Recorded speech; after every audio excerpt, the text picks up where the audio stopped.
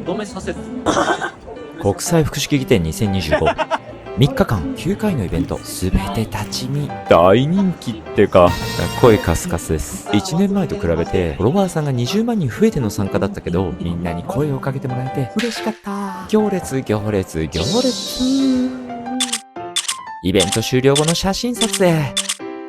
さん、お達者でー中へ。ただこれもイベントが始まる前に生のごぼう先生と会えるチャンスですよーってめちゃくちゃお声をかけてくれたからなんですよ。俺だけの力じゃこんな看板立てれないって。僕一人の力じゃ絶対無理なんですよね。これからもまた第一交渉さんの力を合わせて、皆さんの現場がちょっとでも楽になるように精進していきたいと思いますので、引き続きよろしくお願いします。それでは皆さん、お達者でーご清聴ありがとうございました。ありがとうございました。大きな拍手をください。ありがとうございました。